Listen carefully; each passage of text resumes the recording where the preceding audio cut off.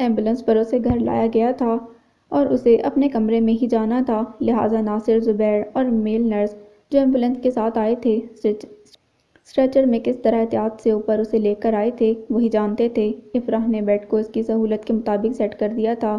پہلے جا کر ڈاکٹر جو ساتھ آیا تھا عشام کو چیک کر کے تمام احتیاطی اور طبی باتیں افراح کو سمجھا گیا تھا۔ سبھی لوگ اس کے آرام کی خاطر جلد ہی کمروں میں چلے گئے تھے۔ عشام نقاہت اور تھکن محسوس کر رہا تھا۔ اتنی سی حرکات سے اس کے کچے زخموں پر درد بڑھ گیا تھا جسے وہ سب سے چھپائے برداشت کر رہا تھا۔ عشام، سوپ لاؤں؟ افراح نے اس کے قریب آ کر کہا اور عشام کی پیشانی پر پسینے کے چھوٹے چھوٹے قطرے نمودار ہو رہے تھے۔ عشام! افراح گھبرا کر تقریباً چیخی تھی۔ اس کے دائیں بازو کی پٹی پر خون نمودار ہوا تھا، ہلکے سے شاید زخم کھل گیا تھا۔ وہ میرا فرسٹ ایڈ باکس دو، عشام نے دائیں کلائی پر بندھی پٹی کو دیکھتے لہجہ نارمل رکھتے کہا۔ کون کرے گا پٹی؟ میں بلاتی ہوں کسی کو۔ افراح گھبرا اٹھی تھی۔ بڑی دعویٰ کر رہی تھی۔ کسی نرس کی ضرورت نہیں، تم میرا خیال رکھ لو گی؟ ہومو فوبیا ہے تمہیں، اسی لیے کہا تھا نرس کا۔ عشام استہزائیہ بولا۔ میں کر لوں گی، دل مضبوط کرتی افراح فرسٹ ایڈ باکس لے آئی اور بیڈ پر اس کے قریب بیٹھتے ہوئے کپکپاتے ہاتھوں سے کینچی کی مدد سے پٹی کاٹی۔ زخم دیکھتے ہی افراح کو چکر آنے لگا تھا، اس کی حالت خراب ہونے لگی تھی۔ عشام اسے چیلنج دیتی نظروں سے دیکھ رہا تھا۔ کیا کر رہی ہو؟ خود ہی کرو گی؟ عشام سے زیادہ اس نے خود کو تسلی دی تھی۔ اس نے شانے اچکا دیے۔ افراح نے خود پر قابو پاتے اس کا زخم صاف کر کے اوپر مرہم لگایا تھا جو ڈاکٹر نے بتایا تھا اور پھر تیزی سے پٹی کرنے لگی۔ زخم بہت گہرا نہیں تھا، جلد ہی خون رک گیا تھا۔ جیسے تیسے کر کے اس نے پٹی کر ڈالی تھی۔ اتنے دن اس نے عشام کا خیال رکھنا تھا۔ اگر آج وہ اپنے خوف کو ہرا نہیں سکتی تو اس کا صحیح سے دھیان بھی نہیں رکھ سکتی۔ بس یہی سوچتے اپنے اعصاب کو قابو میں رکھا، لیکن پٹی کرتے ہی وہ عشام کے کھلے سینے پر سر رکھ کر رونے لگی تھی۔ کیا کیا آپ نے یہ عشام؟ غصے میں یہ بھی بھول گئے کہ میرا کیا بنے گا؟ آپ کو کھو جانے کا تصور بھی نہیں میرے پاس، مر جاتی آپ کے بغیر۔ I really love you Isham. روتے ہوئے آنکھیں بند کیے وہ عشام سے لپٹ گئی تھی اور ہچکیوں سے رونے لگی۔ عشام اس صورتحال کے لیے بالکل تیار نہیں تھا۔ اس کے بائیں بازو میں اب بھی ڈرپ لگی ہوئی تھی، جسم زخموں سے چور تھا۔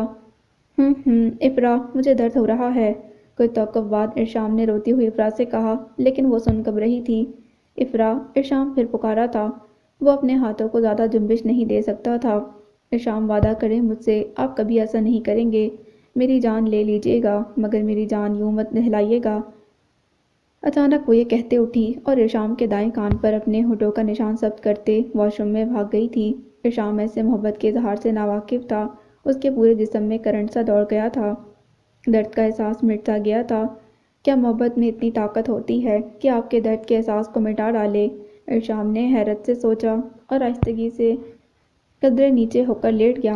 اس پر غنودگی کی طاری ہو رہی تھی۔ شاید ڈاکٹر جو ابھی انجیکشن دے کر گیا تھا اس کا اثر تھا یا پھر نہ جانے افراح کے اظہار نے اس کا غصہ کم کر دیا تھا۔ افراح جب واش روم سے واپس آئی تو وہ گہری نیند سو رہا تھا۔ افراح اسے محبت پاش نظروں سے دیکھتی بیڈ کے قریب رکھی کرسی پر جا بیٹھی۔ پانی، پانی! افراح عشام کی دھیمی پکار پر ہڑبڑا کر اٹھی تھی۔ نہ جانے رات کے کس پہر اس کی کرسی پر بیٹھے بیٹھے آنکھ لگ گئی تھی۔ عشام کو پیاس لگی تھی۔ افراح نے پانی کے جگ میں سے جلدی سے گلاس میں تھوڑا پانی ڈالا اور اس کے قریب ہوئی۔ عشام، پانی! عشام، پانی لے لیں۔ سوئے ہوئے عشام کو دھیرے سے افراح نے پکارا تھا۔ پیاس لگی ہے؟ افراح نے سوئے ہوئے عشام کو پھر پکارا تھا۔ وہ دوائی کے زیر اثر گہری نیند میں تھا۔ ہاں، پیاس لگی ہے، بجھتی ہی نہیں، کوئی بجھا دے اس پیاس کو، آگ لگی ہے، پانی! وہ نیند میں بڑبڑایا تھا۔ پانی ڈالو، پانی ڈالو، آگ لگی، بجھا دو اس آگ کو! وہ پھر سے پینک ہو رہا تھا۔ یقیناً اس کا لاشعور بیدار تھا اور اس کا دکھ تکلیف بن کر اس کے حواس پر حاوی تھا۔ عشام، پانی پئیں! افراح نے دھیرے سے اسے پکارا تھا۔ وہ جانتی تھی کہ ایسی حالت میں عشام کو اچانک نیند سے بیدار کرنا اس کی ذہنی حالت کے لیے خطرناک ہو سکتا تھا۔ بجھا دو، آگ بجھا دو! وہ اب بے چین ہو رہا تھا۔ میں جل رہا ہوں، اسے بجھا دو! میں جل رہا ہوں! اس کی آواز بلند ہو رہی تھی۔ میں بجھا رہی ہوں عشام، دیکھو میں آگ بجھا رہی ہوں، ریلیکس ہو جاؤ! افراح اپنے دونوں ہاتھوں سے اس کا چہرہ تھامتے نرمی سے بولی اور اس کے کان کے پاس آیت الکرسی پڑھنے لگی۔ وہ کسمسایا تو افراح نے اپنے ہاتھ اس کے سینے پر رکھے اور ہلکا سا دباؤ ڈالا۔ سو جاؤ، آگ بجھ گئی ہے، سو جاؤ! آیت الکرسی پڑھ کر اس پر پھونک مارتے وہ بولی تھی۔ تم نے بجھا دی؟ ارشام کی آواز بھاری تھی۔ ہاں میں نے بجھا دی، افرا نے فوراً کہا۔ تم آگ نہیں لگنے دو گی؟ میں چل جاؤں گا افرا، بچوں کی طرح معصومانہ سوال کر رہا تھا۔ افرا نے جھک کر اس کے گال پر بوسہ دیا اور کان کے قریب سرگوشی کی۔ میں تمہیں اس آگ میں کبھی جلنے نہیں دوں گی، سو جاؤ، میں نے آگ بجھا دی ہے، سو جاؤ۔ وہ خاموش رہا، لیکن اب بھی اس کے چہرے پر تناؤ کے اثرات نمایاں تھے۔ پانی پی لیں ارشام، پانی پی لیں ارشام، پانی پی لیں، افرا نے اسے پھر نرمی سے پکارا، اور ارشام نے دھیرے سے آنکھیں کھولیں۔ افرا کو اپنے اتنے قریب خود پر جھکا دیکھ وہ کچھ حیران سا ہوا تھا۔ آپ کو پیاس لگی ہے، پانی پی لیں، شاباش۔ افرا نے دھیرے سے اس کے گردن کے نیچے ہاتھ رکھتے تھوڑا سا سر اونچا کیا، دوسرے ہاتھ سے گلاس اس کے لبوں سے لگا دیا تھا۔ ارشام نے 2-3 گھونٹ بھرے، اسے واقعی پیاس لگی تھی، تھوڑا سا پانی اس کی تھوڑی بھگو گیا تھا۔ افرا نے آہستہ سے سر کے نیچے سے ہاتھ نکال کر اپنے ہاتھ سے اس کے ہونٹ اور تھوڑی صاف کی اور گلاس دوبارہ سائڈ ٹیبل پر رکھ دیا۔ تم سوئی نہیں ابھی تک؟ ارشام نے پوچھا۔ رات کا شاید تیسرا پہر ختم ہو رہا تھا۔ نہیں، آنکھ لگ گئی تھی، لیکن آپ کو پیاس لگی تھی، پانی کا کہہ رہے تھے تو اٹھ گئی، افرا نے جواب دیا۔ وہ اب بھی بستر پر اس کے قریب ہی بیٹھی ہوئی تھی۔ ارشام، نیند آئی ہے؟ افرا نے پوچھا۔ نہیں، بیزاری سے جواب دیا۔ اس کا شعور بیدار ہو چکا تھا۔ کب سے جانتی ہو؟ وہ اٹھنے لگی۔ ارشام بولا۔ اپنے اقرار وفا کے بعد رات کو نیند میں بولنے کی عادت ہے آپ کو؟ اپنی ماں کو پکار رہے تھے ایک بار، تب میں نے اگلے روز انکل سے پوچھا اور انہوں نے سب بتا دیا۔ وہ اس کے سوال کا مفہوم جان گئی تھی۔ محبت ترس کھانے کا نام نہیں ہے ارشام، یہ تو بس ہو جاتی ہے، اور مجھے بھی ہو گئی آپ سے، آپ ہیں ہی اتنے اچھے۔ ترس؟ نفرت ہے مجھے اس لفظ سے، جان سے مار دوں گا اگر تم نے مجھ پر ترس کھایا، وہ گڑایا تھا۔ ایک تو غصہ جناب کی اس گھڑی ناک پر ہر وقت ٹکا رہتا ہے۔ میں جانتی ہوں آپ نے یہ سوال کیوں کیا تھا، بس اسی کا جواب دیا ہے۔ کیوں ترس کھاؤں گی آپ پر؟ آپ سے تو بس محبت کر سکتی ہوں، اور وہ کر رہی ہوں، افرا نے پراعتماد لہجے میں جواب دیا۔ وہ سمجھ گئی تھی کہ ارشام کو رشتوں پر اعتبار دلانا بہت ضروری تھا، اس لیے بار بار اقرار وفا کر رہی تھی۔ وہ اپنے احساسات سے انجان تھا، اس خوبصورت جذبے سے ناآشنا تھا، بس وہ اسے آشنا کر رہی تھی۔ تمہیں چاند کیسا لگتا ہے؟ دائیں طرف بنی کھڑکی میں سے چھن کر آتی چاندنی کو دیکھتے ہوئے بولا۔ افرا کی بات کو جیسے اس نے نظر انداز کیا تھا۔ پورا یا آدھا؟ افرا نے اس کی نظروں کا تعاقب کرتے ہوئے کھڑکی کی طرف دیکھتے ہوئے پوچھا۔ کیا مطلب؟ افرا نے ناسمجھی سے پوچھا۔ چاند تو پورا ہی اچھا لگتا ہے ارشام، میری محبت کا چاند آدھا ہے، جس روز آپ مجھ سے اظہار وفا کریں گے اس روز پورا ہوگا، افرا نے کھوئے ہوئے انداز میں کہا۔ بہت بولنے لگی ہو، اتنی زبان تو تمہاری کبھی نہیں چلی، اور بند کرو یہ محبت نامہ، میں جذبے کو مانتا ہی نہیں، سب غرض کے رشتے ہیں، محبت نہیں ہوتی، لین دین ہوتی ہے بس، اور اگر واقعی محبت کا وجود ہے تو پھر یہ کافی مطلب پرست اور خود غرض رشتہ ہے۔ ہر انسان کو صرف خود سے محبت ہوتی ہے، اور وہ دوسروں سے محبت کر کے دراصل در پردہ خود سے محبت کر رہا ہوتا ہے۔ ارشام چڑھ گیا تھا۔ فجر کا وقت ہو رہا ہے، میں نماز پڑھ لوں؟ افرا بحث کیے بغیر اٹھ کھڑی ہوئی تھی، اور ارشام کی پھر آنکھ لگ گئی تھی اسے نماز پڑھتے ہوئے دیکھتے دیکھتے۔ 2-3 روز ایک ہی جگہ پر لیٹے رہنے سے وہ بیزار ہو چلا تھا۔ وہ اپنے بیڈ پر کافی بے ترتیب ہو کر سونے کا عادی تھا۔ افرا رات بیڈ کے دوسرے کونے پر اس کے قریب سوتی تھی تاکہ اس کا خیال رکھ سکے۔ زبیر اسٹور نہیں جا رہا تھا تاکہ ارشام کو جب بھی اس کی مدد چاہیے ہو وہ وہیں موجود ہو۔ بس چچا اشفاق جاتے، لیکن شام جلدی لوٹ آتے۔ واسط انکل بھی خادم حسین کی مدد سے ویل چیئر پر آ جاتے۔ زبیر، اشفاق چچا، باسط انکل، ناصر، حتیٰ کہ نور بھی اس کے پاس بلا ناغہ وقت گزارتے۔ افرا تو اس کے ارد گرد پروانوں کی طرح منڈلاتی رہتی۔ نائلہ بھابھی اور سمیر بھی کل شام آ گئے تھے، وہ بھی کافی فکر مند تھے۔ بہن کی شادی نپٹاتے ہی وہ فوراً سمیر کے ساتھ آ گئی تھی۔ چچی بھی 1-2 بار آئی تھیں، لیکن جلدی چلی گئی تھیں، انہیں کمر درد چین نہ لینے دے رہا تھا۔ ڈاکٹر نے ان کے کچھ ٹیسٹ کروانے کو دیے تھے، آج کل میں ان کی رپورٹ آنے والی تھی، اس کے بعد وہ اپنا علاج شروع کرے گا۔ چچی کے پاس بتانے کو بس یہی کچھ تھا۔ ارشام ان محبتوں کا عادی نہ تھا، اس نے ہمیشہ افراد خانہ سے ایک فاصلہ بنا کر رکھا تھا، اپنے اور ان کے درمیان تکلف کی ایک لکیر کھینچ رکھی تھی جو گھر والوں کی طرف سے کب کی مٹ چکی تھی۔ اب یہ سب بہت عجیب محسوس ہو رہا تھا، کبھی اچھا لگتا اور کبھی وہ چڑھ جاتا، اپنی چڑچڑاہٹ وہ افرا پر نکالتا جسے وہ خندہ پیشانی سے سہتی۔ ڈاکٹر روزانہ چکر لگاتا اور اس کی بہتر حالت سے مطمئن تھا۔ وہ خود بھی اپنی قوت ارادی کو بروئے کار لاتے ہوئے جلد ٹھیک ہونے کی کوشش کر رہا تھا۔ آئی جی صاحب بھی اس سے ملنے اور خیریت دریافت کرنے آئے تھے۔ انہوں نے بتایا کہ پولیس ڈپارٹمنٹ اس کی اعلیٰ کارکردگی اور شجاعت کی وجہ سے ایلائٹ پولیس میں بھیجنا چاہ رہے تھے۔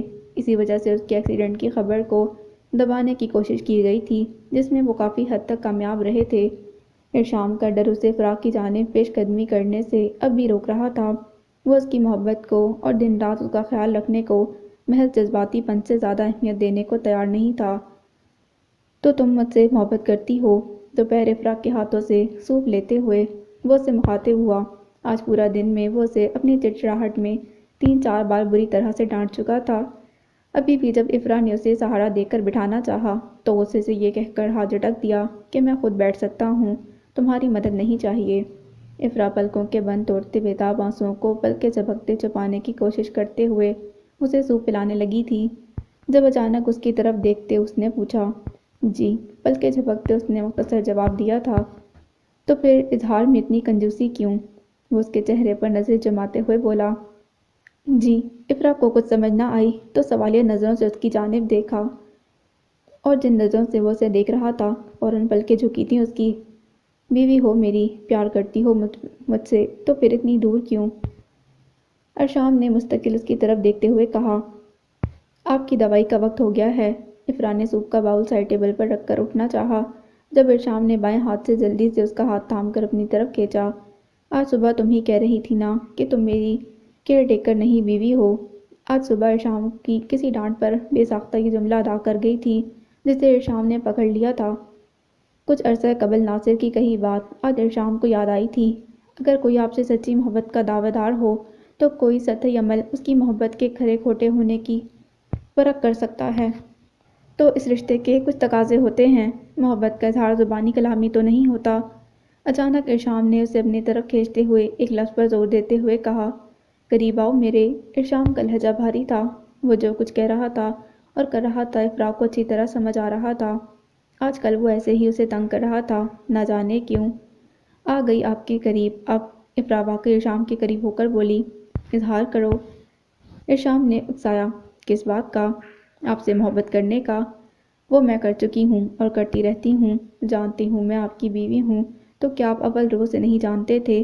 جب پہلے دن مجھے اس گھر میں لائے تھے، نیچے لاؤنج میں بٹھا کر چھوڑ آئے تھے، تب میں آپ کی بیوی نہیں تھی۔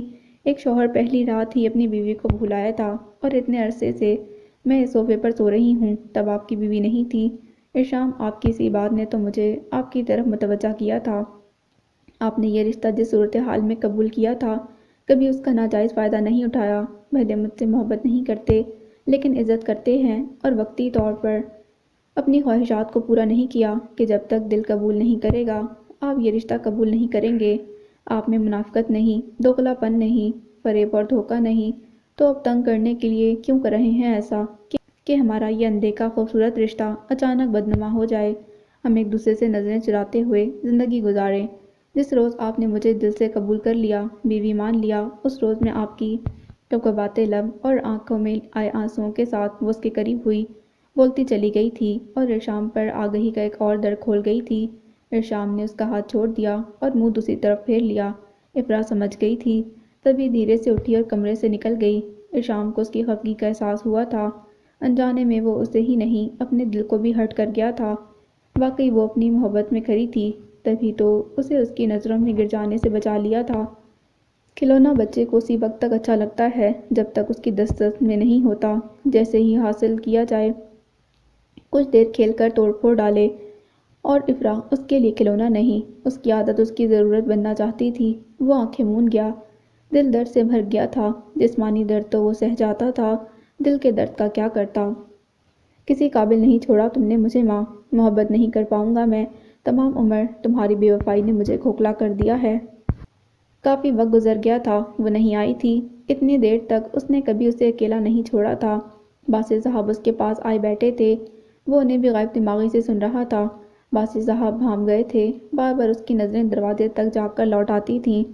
افرا شاید کچن میں تمہارے لیے کچھ بنا رہی ہے، لگتا ہے بہت ہی خاص ہے جو اتنی دیر ہو گئی ہے۔ باسط صاحب کی بات پر چونک کر اس نے انہیں دیکھا تھا۔ انتظار کر رہے ہو اس کا؟ باسط صاحب نے پوچھا۔ میں کیوں کروں گا انتظار؟ نے روٹھے پن سے جواب دیا۔ جبھی وہ وہیل چیئر اس کے قریب لے آئے تھے اور اس کا ہاتھ نرمی سے تھام کر بولے، بیٹے بیٹے ہو تم میرے، ہم دونوں جتنا ایک دوسرے کو جانتے سمجھتے ہیں کوئی بھی نہیں سمجھتا۔ محبت ہو گئی ہے تمہیں ارشام علی، مان لو۔ ہاں۔ اس کے بولنے سے پہلے ہی اسے ٹوکتے وہ پھر بولے، جب میرا ایکسیڈنٹ ہوا تھا تو ہوش میں آتے ہوئے میں نے کس کا نام یاد کیا تھا؟ تمہاری ماں کا۔ تمہاری ماں کا؟ اشفاق نے بتایا تھا۔ آپ دنیا میں جسے سب سے زیادہ چاہتے ہو، تکلیف میں اسے ہی پکارتے ہو۔ میں نے پکارا تھا، یہ سچ ہے۔ میں آج بھی تمہاری ماں سے محبت کرتا ہوں۔ وہ تھی ہی ایسی، اس کی بے وفائی نے مجھے نہیں توڑا، اس کی بے وفائی کی بے یقینی نے توڑ ڈالا۔ وہ ایسی تھی ہی نہیں تو پھر ایسا کیسے کر دیا؟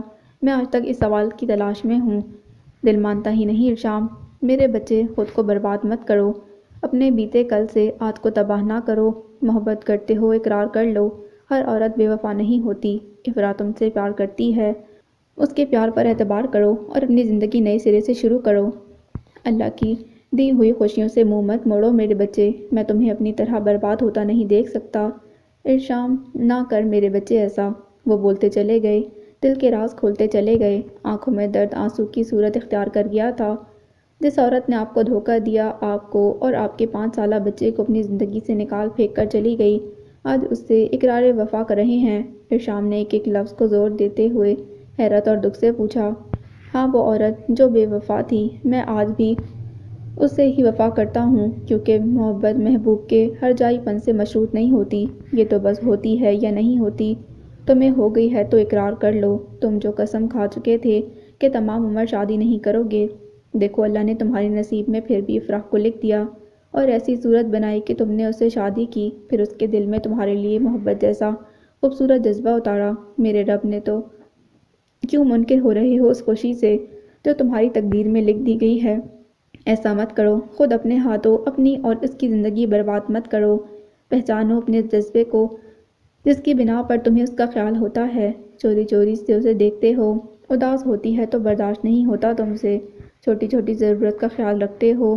اگر وہ تمہارے لیے کچھ نہیں تو اس روز اسے فوراً گھر سے نکال دیتے نا، طلاق دے دیتے۔ خود کیوں غصے سے گھر سے نکل گئے؟ کیوں اپنی زندگی کو خطرے میں ڈالا؟ کوئی جواب ہے اس سوالات کا تمہارے پاس؟ ان سوالات کا جواب نہیں ہے تمہارے پاس، بس مان نہیں رہے ہو۔ باسط صاحب نے آج ٹھان لی تھی اس کے دل کا بھید کھولنے کی۔ آپ نے اسے سب کیوں بتا ڈالا؟ وہ خفا ہوا تھا کیونکہ وہ مجھ سے تمہاری زندگی میں خوشیوں کے رنگ بھرنے کی مدد مانگنے آئی تھی۔ وہ جاننا چاہتی تھی کہ آخر ایسی کیا بات ہے جو تم اپنے ماضی کو اپنے دونوں ہاتھوں میں اتنی مضبوطی سے جکڑے ہوئے ہو کہ آج میں جینا ہی نہیں چاہتے۔ وہ تمہیں آج میں اپنے سنگ جینا سکھانا چاہتی ہے۔ کیا میں اس کی مدد نہ کرتا اپنے بیٹے کی روکھی پھیکی اداس زندگی میں خوشیاں لانے کے لیے؟ انہوں نے جواب دیا اور خاموش رہا۔ تبھی سمیر جوش سے کمرے میں چلا آیا۔ تایا جان، ارشام بھائی، میرے چینل کے 1 ملین سبسکرائبرز ہو گئے ہیں، اور پتہ ہے یہ کیسے ہوا؟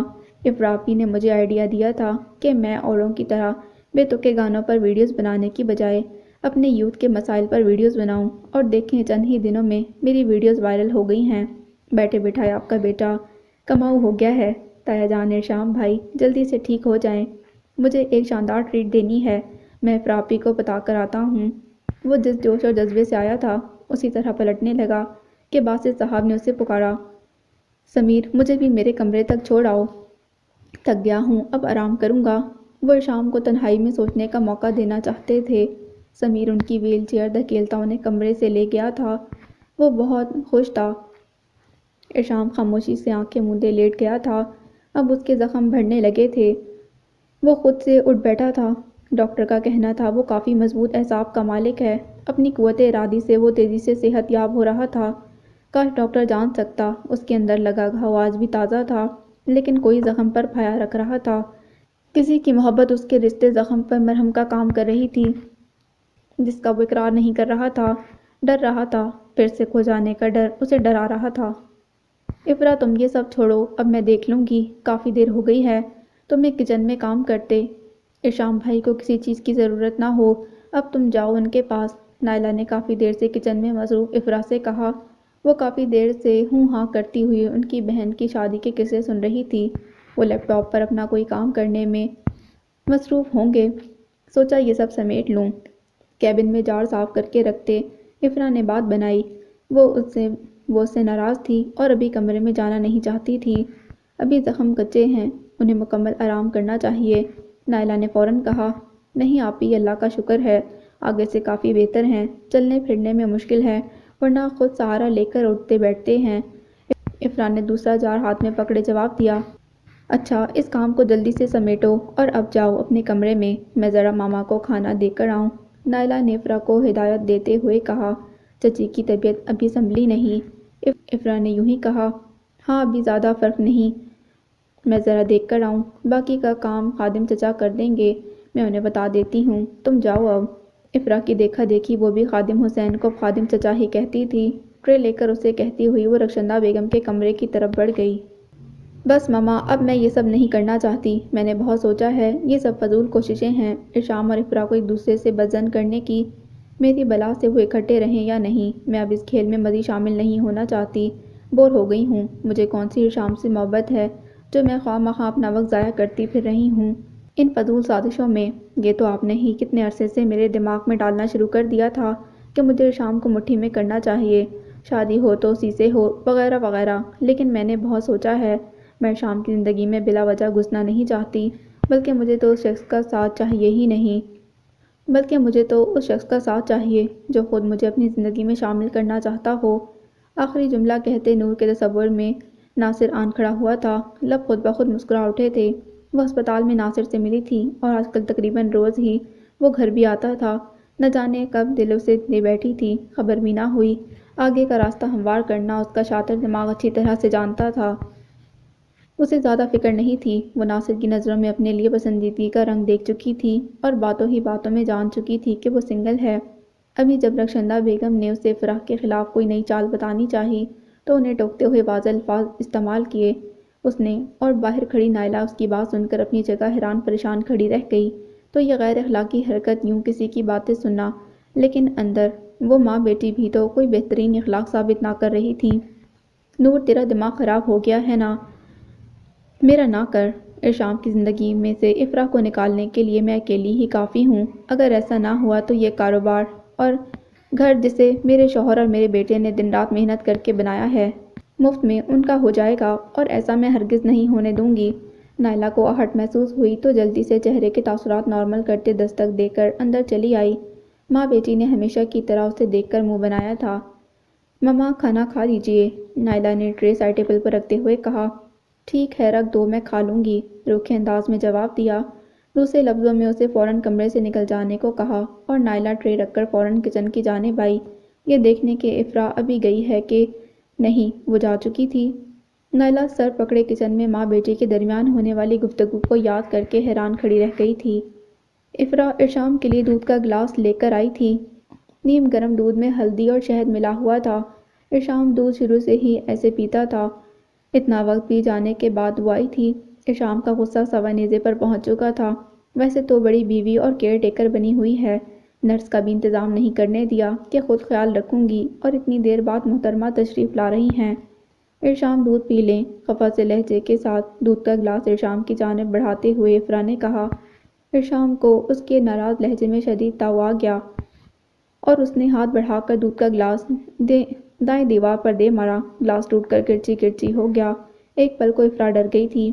نہیں چاہیے مجھے تمہاری ہمدردی، اتنی دیر سے تنہا بیٹھا ہوں، کوئی خیال ہے تمہیں؟ مجھے کب سے اکیلا چھوڑ کر غائب ہو؟ احساس ذمہ داری نام کی بھی چیز نہیں تم میں؟ غصے میں اچھی خاصی ڈانٹ پلائی تھی اس نے افراح کو، اور وہ جو ناراض سوجے منہ کے ساتھ کمرے میں آئی تھی، اب خاموش روحانسی سی گلاس کی کرچیاں چننے بڑھ گئی تھی۔ دودھ بھی سارا فرش پر بکھر گیا تھا۔ وہ خاموشی سے بیٹھ کر کرچیاں سمیٹنے لگی اور ایک کانچ کا ٹکڑا اس کی انگلی کی پور کو زخمی کر گیا تھا۔ خون تیزی سے بہنے لگا۔ ارشام خون، خوفزدہ لہجے میں وہ چلائی تھی۔ او گاڈ، نادان لڑکی، یہ تم نے کیا کیا؟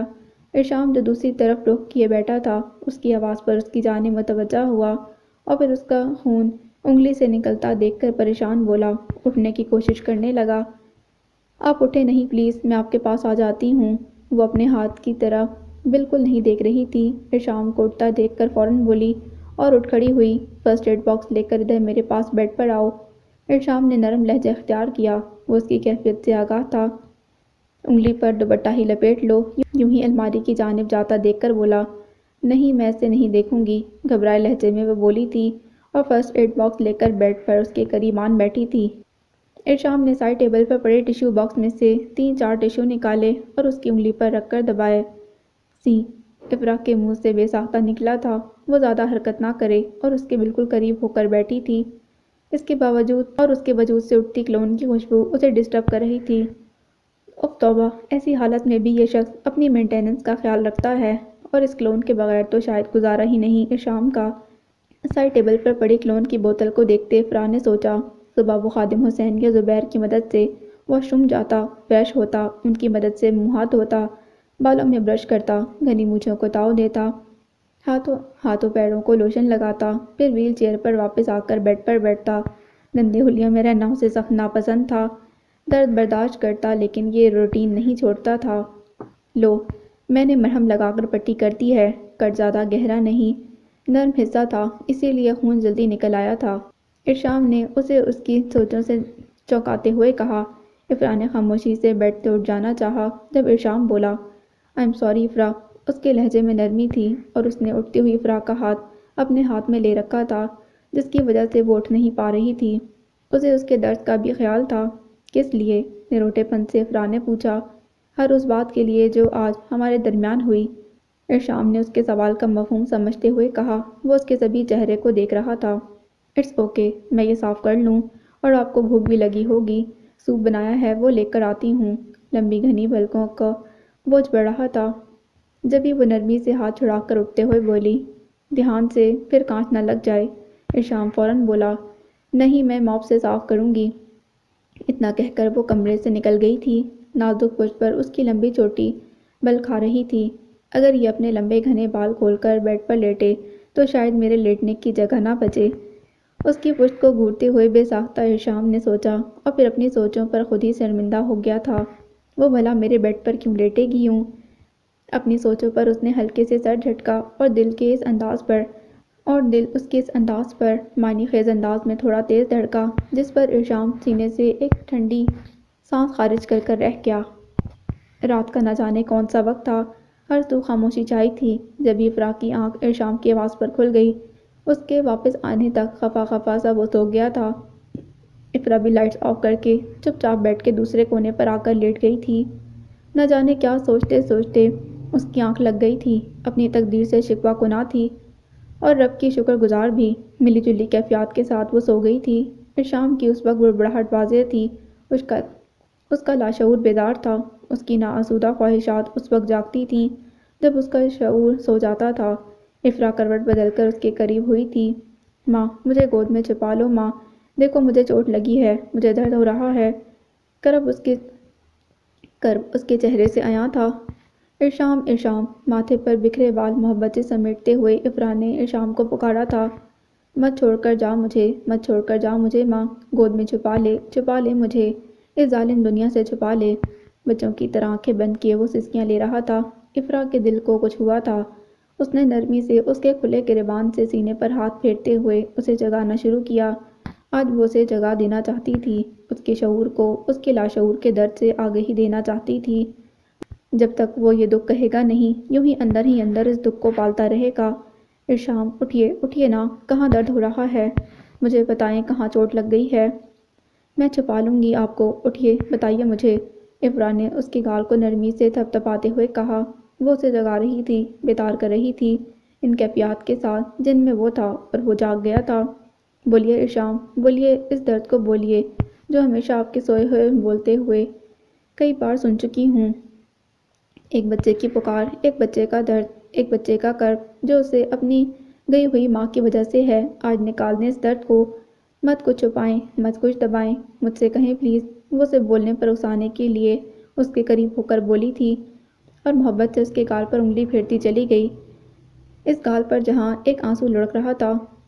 کیا کہہ رہی ہو؟ دور ہو جاؤ، کوئی درد نہیں، ارشام متکا تھا۔ مت بھاگیں، تھک گئے ہیں بھاگ بھاگ کر، اپنے اس دکھ کو مجھ سے بانٹ لیں میرے ساتھ اپنا یہ درد۔ بولیں ارشام، بولیں، کئی بار سن چکی ہوں آپ کے اس درد کو جو آپ سوتے ہوئے بولتے ہیں۔ کچھ نہیں چھپا مجھ سے آج، ہوش میں بولیں پلیز، درد ہو رہا ہے ارشام۔ افرا آج اسے بھاگنے نہیں دینا چاہتی تھی۔ بات کاٹ کر اس کے لبوں پر انگلی رکھتے ہوئے اسے بولنے پر اکسانے کے لیے بولی، درد ہو رہا ہے ارشام، اتنا کہ مار ڈالے گا، رگ رگ کاٹ ڈالے گا۔ 22 سال ہو گئے ہیں اس درد کو سہتے سہتے۔ کوئی دودھ پیتا بچہ تو نہیں تھا۔ 5 سال کا تھا جب وہ مجھے یوں پھینک کر چلی گئی۔ کتنے دن ڈھونڈتا رہا تھا اسے، ارد گرد کی باتوں سے سہم جاتا تھا، رات کو روتا اور پکارتا تھا، سارا دن دروازے کو دیکھتا رہتا تھا، ہلکی سی دستک پر بھی بھاگا جاتا تھا کہ وہ لوٹ آئیں، لیکن وہ نہیں آئیں، کبھی نہیں آئیں۔ میں تو سو رہا تھا جب وہ چلی گئیں۔ کیا جاتے ہوئے اس نے ایک بار مجھے دیکھا ہوگا، میرے ماتھے پر پیار کیا ہوگا، میرا نام پکارا ہوگا۔ بٹو کہتی تھی وہ مجھے۔ پاپا نے میرا نام بدل ڈالا۔ 5 سال تک مجھے اسی نام سے پکارتے تھے۔ میری ماں کو مجھ پر یہی نام اچھا لگتا تھا، کہتی تھی بس یہی نام رکھنا ہے، عجیب لگتا ہے تو لگے۔ پھر کبھی کسی نے مجھے اس نام سے نہیں پکارا۔ کیا وہ یاد کرتی ہوں گی مجھے اس نام سے؟ واپس کیوں نہیں آئی؟ ایک بار بھی اس کی ممتا نہیں تڑپی؟ درد ہوتا ہے ان سوالات سے، چرتے ہیں یہ سوال مجھے اندر سے۔ یہ رات ہر رات درد ہوتا ہے، بہت درد ہو رہا ہے افرا، بہت درد ہو رہا ہے۔ وہ کھویا کھویا سا بولتا چلا گیا تھا، تھک گیا تھا تنہا اس درد کو سہتے سہتے۔ افرا کی باتوں میں نہ جانے کیا تھا ایسا کہ وہ کھویا کھویا سا بولتا چلا گیا۔ افرا کی آنکھوں سے بے آواز آنسو نکل رہے تھے۔ اس درد نے مجھے وحشی بنا دیا ہے، پتھر کر دیا ہے مجھے۔ جی چاہتا ہے اس عورت نام کی مخلوق کو مٹا ڈالوں، ختم کر ڈالوں۔ عورت جب ماں بنتی ہے تو اپنی ذات تک بھول جاتی ہے، اور وہ مجھے ہی بھول گئی، چھوڑ گئی۔ کیوں چھوڑا مجھے اکیلا؟ کیوں چھوڑا مجھے اکیلا کیوں؟ اس کے انداز میں بے چینی بڑھنے لگی تھی۔ مٹھیاں بھینچے تنے اعصاب کے ساتھ وہ چلایا تھا اور اپنے دونوں ہاتھوں سے اپنے سر کے بالوں کو مٹھیوں میں بھینچ لیا۔ یہ کیفیت اب اس کی برداشت سے باہر ہو رہی تھی۔ غصے سے اس کی رگیں تن گئی تھیں۔ جبھی افرا نے یکدم بڑھ کر اس کے چہرے کو اپنے سینے میں لگا لیا تھا، اس کے سر کو اس کے ہاتھوں کی سخت گرفت سے چھڑا کر اپنی آغوش میں چھپا لیا تھا۔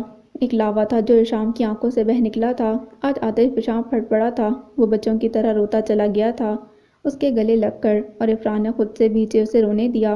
افرا کے غم سے کئی گنا بڑا غم تھا ارشام کا۔ افرا نے اپنے والدین کھوئے تھے، لیکن اسے صبر آ گیا تھا۔ وہ جانتی تھی وہ اب کہاں ہیں، اور ارشام کے پاس صبر کرنے کی کوئی وجہ ہی نہ تھی۔ پتہ نہیں اس کی ماں زندہ تھی یا مر گئی۔ وہ روتا رہا اور افرا محبت سے اس کی چوڑی پشت کو سہلاتی رہی، اور رات بیتتی چلی گئی۔ دیکھنی ماں میں بدل گیا واں، روٹی ٹھنڈی کھا لیا واں، گندے کپڑے پا لینا واں، غصہ سارا پی جا واں، ہر دکھ تے لب سی جانا واں، ساریاں گلاں جر لینا واں، ٹھنڈا ہوکا بھر لینا واں، پھر کسے نوں کچھ نہیں دستا، ہر ویلے میں رہندا ہسدا۔ نہ جانے روتے روتے وہ کب سو گیا تھا۔ ارشام کی آنکھ کھلی تو افرا کی آغوش میں سر رکھے سویا ہوا تھا، اور افرا بیٹھ کے ساتھ ٹیک لگا کر بیٹھی ہوئی تھی۔ اس کا ایک ہاتھ اب بھی ارشام کے بالوں میں تھا۔ اونگ تو وہ بھی گئی تھی، لیکن ارشام سے پہلے جاگ گئی تھی۔ ارشام نے اٹھنا چاہا تو افرا نے نرمی سے اپنے ہاتھ کے دباؤ سے اسے یوں ہی لیٹے رہنے کا اشارہ کیا۔ اب اگر زخم کا منہ کھل ہی گیا تھا تو پھر اب اس زخم کو صاف کرنا ضروری تھا، تبھی یہ بھر سکتا تھا۔ ارشام، آپ نے انہیں کبھی ڈھونڈنے کی کوشش نہیں کی؟ پولیس کے اتنے اچھے عہدے پر ہیں، آپ کے لیے کیا یہ ممکن نہیں تھا کہ ان کا سراغ لگاتے؟ افرا نے پوچھا۔ تمہیں پتہ ہے افرا، میں نے سی ایس سے کیوں کیا؟ شام نے افرا کے سوال کا جواب دینے کے بجائے اس سے سوال کیا۔ کیوں کیا؟ افرا نے پوچھا۔ کیونکہ جنون تھا مجھے پولیس آفیسر بننے کا۔ جب میں اپنا آبائی گاؤں چھوڑ کر اس شہر میں آن بسا کہ ماضی تو اس 5 سال بچے کے ساتھ وہیں رہ گیا تھا، بس اس کے بعد ایک ہی لگن، ایک ہی مقصد تھا میری زندگی کا، مجھے ایک پولیس آفیسر بننا ہے تاکہ میں اپنی ماں کو تلاش کر سکوں، پوچھ سکوں اس نے ایسا کیوں کیا، کیا قصور تھا میرا اور پاپا کا۔ تمہیں پتہ ہے پاپا آج بھی اس عورت سے محبت کرتے ہیں جس نے ان سے بے وفائی کی، اور اس بات کا ادراک مجھے بچپن سے ہی تھا۔ میرا باپ روز رات کو اسے یاد کر کے روتا تھا، وہ سمجھتا تھا کہ میں سو گیا ہوں لیکن جاگ رہا ہوتا تھا۔ اس کا اور میرا غم مشترک تھا، سانجھا تھا۔ کیسے سو جاتا؟ جس روز پاپا کا ایکسیڈنٹ ہوا، ہوش میں آتے ہی سب سے پہلا نام اسی عورت کا لیا۔ جی چاہا کہیں سے بھی ڈھونڈ کر لے آؤں اسے، اور اپنے باپ کی محبت کی عدالت میں پیش کروں۔ پوچھنا چاہتا تھا اس سے لوگوں کے اس طعنوں کے بارے میں جو وہ مجھے دیتے تھے، میرے گاؤں کے لڑکے جب مجھ پر ہنستے تھے عرصے اس کی ماں اسے چھوڑ کر بھاگ گئی تھی۔ سر پھاڑ دیا تھا میں نے اس لڑکے کا جس نے لڑتے ہوئے مجھے یہ طعنہ دیا۔ میری کسی شرارت یا ضرورت کو پورا کرتے چچی کا یہ زہریلا جملہ بار بار مجھے ڈستا۔ خود تو اپنے عاشق کے ساتھ بھاگ گئی اور اس مصیبت کو میرے لیے چھوڑ گئی۔ زبیر کئی بار الجھا تھا اپنی ماں سے ایسی باتوں پر۔ عورت کی بے وفائی کا سبب بچپن سے لے کر جوانی تک میں نے 1000 بار چچی کے منہ سے سنا اور پڑھا۔ تب مجھے عورت ذات سے نفرت ہو گئی۔ اپنے پروفیشنل لائف میں بھی ایسے واقعات دیکھے جب ظالم عورت نے اپنے عاشق کے پیچھے کئی زندگیاں برباد کر ڈالیں۔ میری ماں نے بھی اس کے آگے ارشام سے بولا نہ گیا۔ نچلا لب دانتوں تلے سختی سے دبا لیا تھا۔ اسی لیے افرا خاموش رہی، منتظر تھی اپنے سوال کا جواب پانے کے لیے۔ جب چچی اپنے بچوں کو پیار کرتی تو دل جل اٹھتا۔ دادی اٹھتے بیٹھتے میری ماں کو بددعائیں اور کوسنے دیتی تھیں۔ جس نے اجاڑ کر رکھ دیا ان کے بیٹے کو، اجڑ تو میں بھی گیا تھا۔ سارا بچپن کسی رشتے دار کے گھر رہنے یا ملنے نہیں گیا۔ پاپا نے سب سے قطع تعلق کر لیا۔ بچپن میں سبھی وہ کام کرتا جو میری ماں کو پسند تھے اور ان کاموں کو کرنے سے گریز کرتا جو اسے اچھے نہیں لگتے۔ شاید اللہ تعالیٰ میری اس بات سے خوش ہو اور ایک روز مجھے اس سے ملا دے۔ میری ماں کا آخری خط آج بھی پاپا کے پاس موجود ہے۔ نہ جانے کیوں رکھا ہوا ہے انہوں نے اسے سنبھال کر۔ شاید ہم باپ بیٹا اذیت پسند بن چکے ہیں۔ اب یہ اذیت ہماری زندگی کا حصہ ہے۔ جس روز میں SSP بنا اس روز میں نے اس کی کھوج کی خواہش اپنے اندر دفن کی۔ کیا کروں گا اسے تلاش کر کے اور کیا ملے گا مجھے ایسا کر کے؟ میرے 22 سالوں کو تو وہ لوٹا نہیں سکے گی اور وہ مجھے پہچاننے سے ہی انکار کر دے تو یہ جو میرے اندر آج بھی 5 سال کا بٹو اس کے گلے لگنے کے لیے تڑپتا ہے، تڑپتا رہ جائے گا۔ وہ مجھ پر ہنسے گی، اس کے بچے ہوں گے، وہ ان میں خوش اور مگن ہوگی۔ میرے حصے میں تو اسے تلاش کر کے بھی یاس خالی پن آئے گی۔ میری پیاس تو پیاس ہی رہے گی، لیکن اس کرب نے مجھے اندر سے خالی کر دیا۔ میرا دل ویران اور بنجر ہے افرا۔ میں کسی سے محبت نہیں کر سکتا۔ تنہائی میں کئی بار رویا ہوں، تڑپا ہوں، ٹوٹا ہوں، نفرت کرتا ہوں اس سے، شدید نفرت۔ نہیں چاہتا کہ وہ کبھی مجھے واپس ملے۔ مجھ پر ہنسنے کے لیے نفرت کرتا ہوں میں اس سے اور عورت ذات سے۔ کبھی چاہا بھی کہ زندگی میں آگے بڑھو تو میرا ماضی میرے سامنے آن کھڑا ہوا۔ یہ مجھے آگے بڑھنے ہی نہیں دیتا۔ میں محبت کر ہی نہیں سکتا۔ مت خود کو برباد کرو میرے پیچھے۔ میں نے اپنے دکھ کو دل کے نہا خانوں میں چھپا لیا ہے۔ جب حد سے بڑھتا ہے تو سویا ہوا ارشام بٹو بن جاتا ہے۔ میرا کربناک ماضی سوتے جاگتے میرے ساتھ ہے۔ اس نے مجھے جکڑ لیا ہے۔ یہ مجھے کبھی کسی کا نہیں ہونے دے گا، کسی کا نہیں۔ کرب سے آنکھیں میچے فراق کی گود میں سیدھا سر رکھے وہ بولتا چلا گیا۔ اس کے اعصاب جیسے پھر تناؤ کا شکار ہو رہے تھے۔ ماتھے کی رگیں تن کر نمایاں ہونے لگی تھیں۔ بس کچھ نہ کہیے، کچھ نہ سوچیں، سو جائیں۔ آج سے جینے دے گا یہ آپ کو۔ آج آپ کب سے اپنے اندر چھپائے درد کو، اذیت کو بول کر نکال چکے ہیں۔ دل کی بھڑاس نکل گئی ہے۔ اب کچھ نہ سوچیں، بس سو جائیں۔ گہری میٹھی سکون کی نیند، افرا نے اسے نرمی سے ٹوکتے ہوئے کہا اور اس کے بالوں میں مخروطی انگلیاں محبت سے چلاتے دھیرے دھیرے کہتی چلی گئی۔ کچھ ہی دیر میں شام کا چہرہ پرسکون ہوتا چلا گیا۔ واقعی وہ سو گیا تھا، ہانپ گیا تھا اپنا درد بیان کرتے ہوئے، جیسے تھکن سے چور زخموں سے نڈھال مسافر کو لگدگ صحرا میں ایک گھنا درخت مل گیا تھا جس کی چھاؤں میں لیٹ کر سوتے ہوئے وہ دنیا کے ہر دکھ سے بیگانہ ہو جائے۔ یہی کیفیت ارشام کی تھی۔ معصوم بچوں کی طرح سو رہا تھا اور افرا کو ٹوٹ کر اس پر پیار آ رہا تھا، لیکن اس کی نیند میں خلل نہ پڑے۔ وہ اسے بس محبت سے سلاتی رہی اور پھر نرمی اور آہستگی سے نرم تکیہ اس کے سر کے نیچے رکھ کر آہستگی سے وہ بیڈ سے اٹھ گئی تھی۔ فجر کا وقت ہو چلا تھا۔ اسے اپنے رب کریم سے کچھ خاص مانگنا تھا، گڑ گڑانا تھا کسی کی خوشیوں کے لیے۔ نماز کے بعد جب اس کے ہاتھ دعا کے لیے اٹھے تو پھر شدت جذبات میں اسے رونا تو یاد رہا، لیکن کیا مانگنا اور کس طرح کچھ احساس نہیں تھا۔ وہ بس اپنے سوئے ہوئے ارشام کی زندگی میں خوشیوں کی طلبگار تھی اور بس۔ میرا لیپ ٹاپ کہاں ہے؟ کچھ ضروری کام کرنا ہے۔ صبح فریش ہو کر وہ بیڈ سے ٹیک لگا کر بیٹھ گیا تھا۔ سو کر اٹھنے کے بعد اس کے چہرے پر سنجیدگی نمایاں تھی۔ افرا جس نے اس کا لایا ہوا سبز رنگ کا سوٹ پہن رکھا تھا جس میں وہ سبز پری لگ رہی تھی، بقول نائلہ کے جس نے کچن میں آتے دیکھ کر اسے چھیڑا تھا۔ آپ پہلے ناشتہ کر لیں اور دوائیاں لے لیں، پھر دیتی ہوں، افرا نے اس کا تکیہ جھک کر پیچھے سے ٹھیک کرتے ہوئے کہا اور ناشتہ دے کر جانے کے لیے مڑی جب ارشام نے اچانک اس کا ہاتھ پکڑ کر اپنی طرف کھینچ کر خود پر جھکنے پر مجبور کر دیا تھا۔ اس نے بہت دور سے اس کا ہاتھ پکڑا تھا اور غصے سے ایک ایک لفظ پر زور دے کر بولا، رات جو کچھ ہوا اور جو کچھ میں نے کہا، اس کے بعد تمہیں مجھ پر حکم چلانے کا لائسنس نہیں مل گیا۔ مت بھولو کہ میں وہی ارشام ہوں۔ نہیں بھولی، کبھی نہیں بھولوں گی۔ ڈاکٹر صاحب آنے والے ہیں، آج آپ کا چیک اپ ہونا ہے، اسی لیے ناشتے کا کہا تھا۔ رکوع کی حالت میں اس پر جھکی وہ بولی تھی، ٹھیک ہے لے آؤ۔ اس کا ہاتھ چھوڑ کر باروب لہجے میں وہ بولا تھا اور افرا جلدی سے اس کے کمرے سے نکل گئی تھی اور سوئے اتفاق سے نیچے لاؤنج میں بیٹھی چچی مل گئیں، جو نہ جانے آج صبح صبح یہاں کیا کر رہی تھیں۔ ارشام نہیں آیا، نہ جانے اور کتنی تکلیفیں اس کی منتظر ہیں۔ جاتی ہوئی افرا کو انہوں نے مخاطب کیا۔ افرا کے دل پر گھونسا لگا تھا، مما ڈاکٹر آ گیا ہے، آپ چیک اپ کروا لیں۔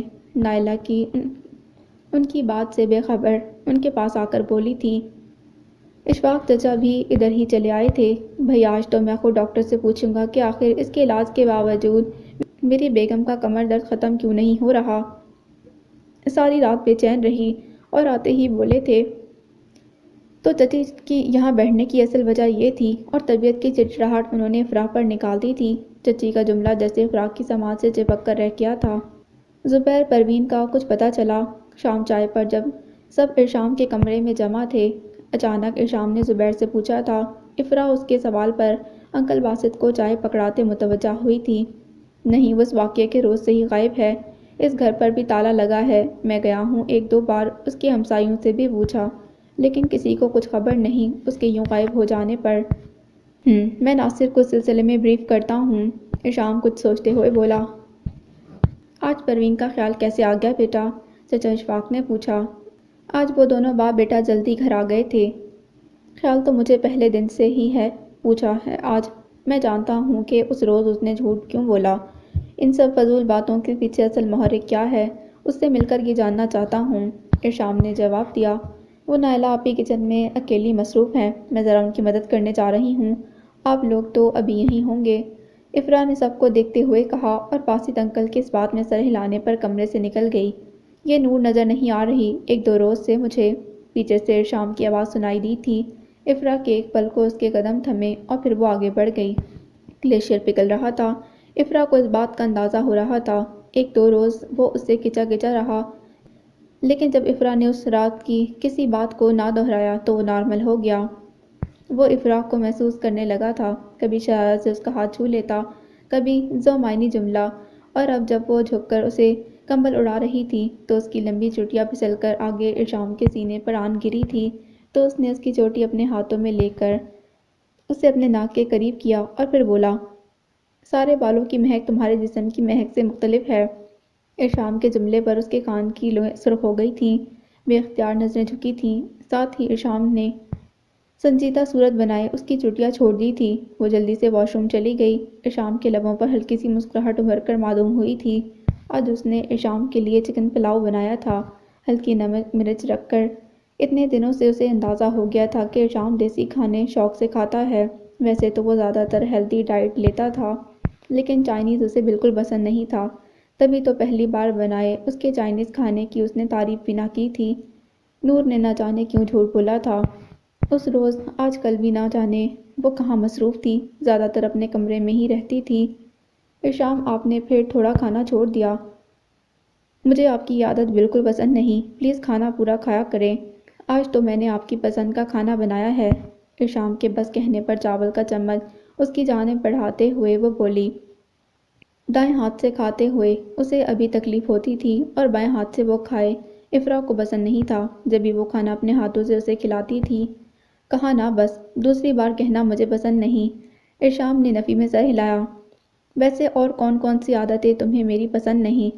ارشام نے جانچتی نظروں سے پوچھا اور پھر گویا ہوا، اور تمہیں کیسے پتا کہ یہ میری پسند کا کھانا ہے؟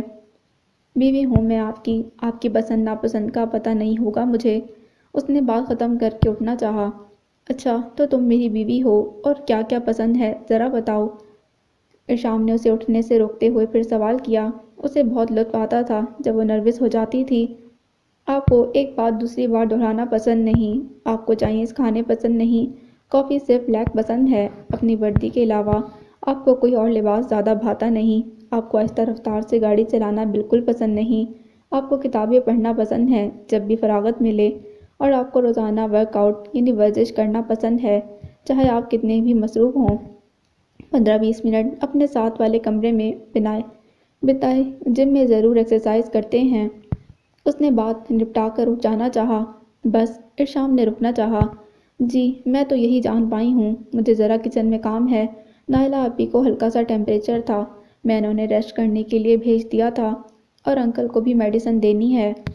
افرا اتنا کہہ کر اٹھ کھڑی ہوئی اور کمرے سے نکل گئی۔ ارشام آہستہ سے کھسک کر نیچے ہو کر لیٹ گیا تھا۔ بائیں ہاتھ سے اس نے دوسرا تکیہ پکڑ کر ٹانگ کے پاس رکھنا چاہا۔ جب اس کے ہاتھ تکیے کے نیچے سے کسی چیز سے ٹکرایا، اس نے گردن موڑتے ہوئے وہ چیز باہر نکالی تو افرا کا چھوٹا سا ایئر رنگ تھا، شاید رات سوتے میں اتر گیا تھا۔ اس نے اتار کر رکھ دیا۔ ارشام اسے پکڑے اپنے چہرے کے سامنے کر کے دیکھنے لگا۔ سبھی رنگ شاید اسی کے لیے بنے تھے۔ اس کی شخصیت کسی ایک رنگ کی محتاج نہیں تھی۔ کل سبز کپڑوں میں سبز پری لگ رہی تھی، دل چاہا کہ کہہ دے، لیکن جھجک آڑے آ گئی تھی۔ وہ ان دنوں عجیب سی کیفیت سے دوچار تھا، دل اور دماغ میں بن نہیں رہی تھی۔ جو دل کہتا دماغ کسی صورت وہ کرنے کو تیار نہیں تھا۔ اگر افرا اس کا درد جان گئی تو اب اسے افرا سے ہمدردی نہیں ہونی چاہیے تھی، اسی لیے وہ اپنی جھوٹی اناق کا گولڈ میڈل گلے میں پہنے رکھتا۔ افرا کی قربت اس کا دل پگھلانے لگتی۔ اس کے ہاتھوں، چہرے، سینے اور گردن کو چھونا، جب اپنے سنجیدگی کو برقرار رکھنا ارشام کے لیے دشوار ہو جاتا۔ کبھی دوائی دیتے، کبھی کھانا کھاتے، کبھی کمبل اڑاتے، کبھی نرم ہاتھوں سے سر کو دباتے، کبھی کپڑے ٹھیک کرتے، بٹھانے میں مدد کرتے، لٹانے میں مدد کرتے۔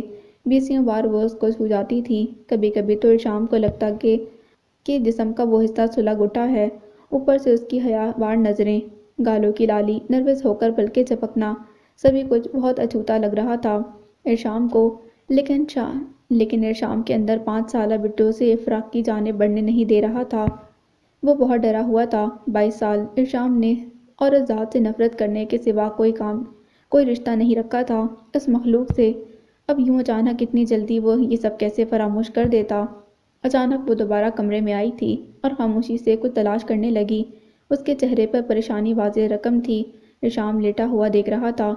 کچھ کھو گیا ہے؟ بیڈ کے اوپر نیچے دیکھتی افرا سے پوچھا۔ جی، میرا ایئر رنگ نہ جانے کہاں گر گیا ہے، میری امی کی نشانی تھی، روحان سی صورت سے تلاش کرتی وہ بولی۔ ادھر آؤ۔ ارشام نے اپنے پاس خالی جگہ کی جانب اشارہ کیا۔ افرا الجھی سی اس کے پاس آن بیٹھی۔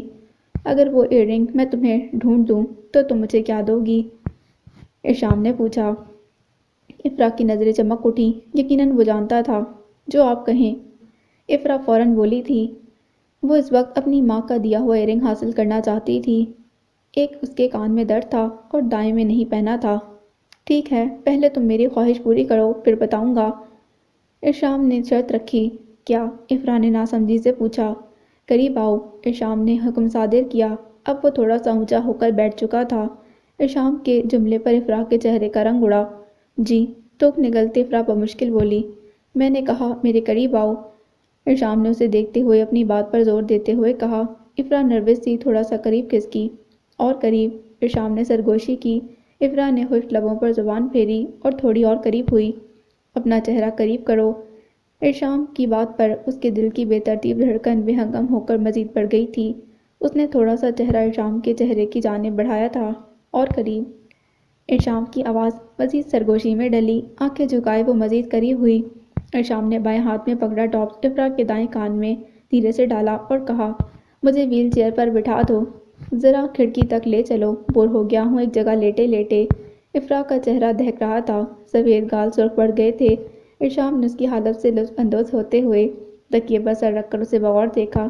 افرا خاموشی سے ویل چیئر بیڈ کے پاس لے آئی اور وہ اس سے نظریں ملانے سے کترا رہی تھی، کچھ بھی نہیں بول رہی تھی۔ ارشام اس کا سہارا لے کر چیئر پر بیٹھ گیا اور افرا کرسی ان کے کمرے کی بڑی سی کھڑکی کے پاس لے آئی، جہاں سے پیچھے بنے لان کا منظر واضح نظر آتا تھا۔ ویسے میں ایک عدد شکریہ کا تو مستحق تھا اس ٹاپس کو ڈھونڈ کر، ارشام نے مڑ کر افرا سے کہا جو بستر کی چادر جھاڑ رہی تھی۔ شکریہ، مڑے بغیر وہ دھیمے سے بولی۔ کافی روکھا سا طریقہ ہے شکریہ ادا کرنے کا، کیا محبت ادا کرنے والے کا شکریہ ایسے کرتے ہیں؟ ارشام کو اسے چھیڑنے کا لطف آ رہا تھا، دل شرارت پر آمادہ تھا، جب یہ سنجیدہ صورت بناتے ہوئے بولا، افرا اس کی بات پر مڑی اور دھیرے سے چلتی اس کے پاس آ رکی۔ بہت شکریہ، جھکی نظروں کے ساتھ قدرے بلند آواز سے اس نے کہا۔ لگتا ہی نہیں کہ تم مجھ سے محبت کرتی ہو۔ میں نے تمہاری اتنی بڑی پریشانی دور کی اور تم ہو کہ کسی اجنبی انسان کی طرح فارمل سا شکریہ پیش کر رہی ہو۔ خفگی چہرے پر سجائے وہ کھڑکی سے باہر دیکھتے ہوئے بولا۔ نہ جانے کیوں اسے افرا کو چھیڑنے میں بہت مزہ آ رہا تھا۔ افرا تھوڑا سا جھکی اور اس کے گال کو اپنے لبوں سے چھوتے ارشام کے کانوں میں دھیرے سے بولی، بہت بہت شکریہ میری ہر پریشانی دور کرنے کا۔ اس کے بعد وہ وہاں رکی نہیں، تقریباً بھاگتی ہوئی کمرے سے نکل گئی۔ ارشام کی بڑی آنکھیں پھیل کر مزید بڑی ہو گئی تھیں۔ اب کی بار اس کے دل کی دھڑکن بے ہنگم ہوئی تھی اور دائیں گال پر کچھ دہک رہا تھا۔ دائیں کان میں اب بھی شیریں سی سرگوشی کی گونج باقی تھی۔ وہ جو اسے شرارت میں ستائے چلا جا رہا تھا، اس کی شرارت کا جواب وہ خوب دے گئی تھی۔